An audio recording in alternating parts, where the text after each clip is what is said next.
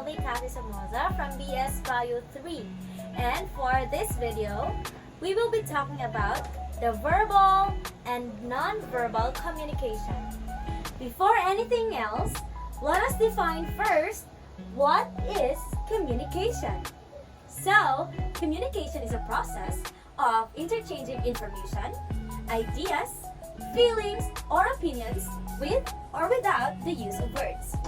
Meaning that communication is not depending on just words.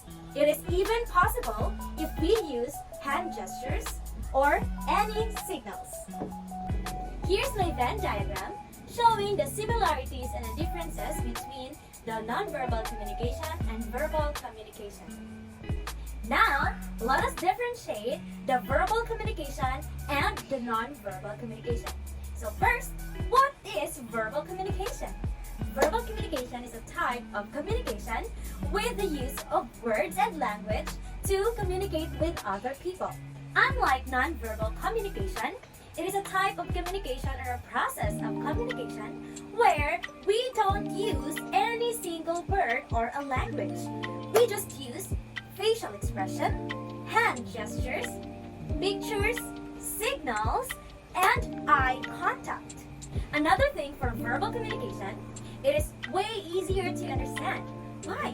Because in verbal communication, you can express directly your point or your thought towards the other person. You can express your feelings directly.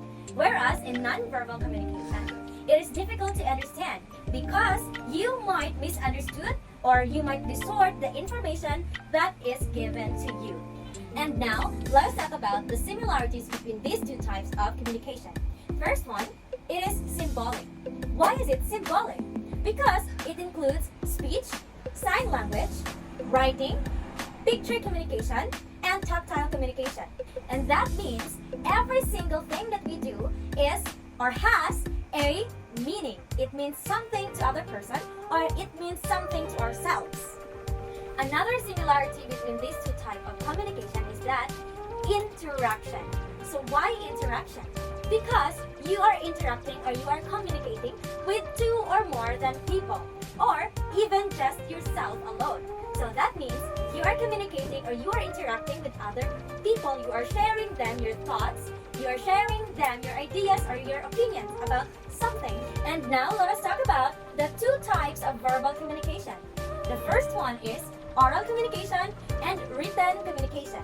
And also, for non-verbal communication, we have artifacts, kinesics, proxemics, chronemics, vocalics, and haptics. And those are the similarities and the differences between the two types of communication.